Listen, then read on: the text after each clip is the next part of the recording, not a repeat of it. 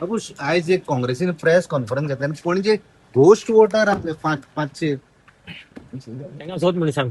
तेंच्यानी सोदले म्हणटा ते ओल्ड क्वार्टर्सांनी डेमोलिश बिल्डिंग केल्या तिथून पाचशे काय असे अरे बाबा, first of all election commission, whoever is there, they will look into this thing. No, as if I am looking into that.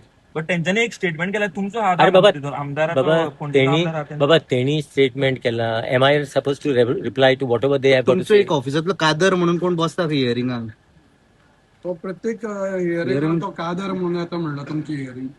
अरे माझे ते हियरिंग सपोज ऑब्जेक्शन कोणाचे आहा, ऑब्जेक्शन आमचो मनीस वचपाचो न्हू. We have got a BLA and all. There is a proper procedure which is going on.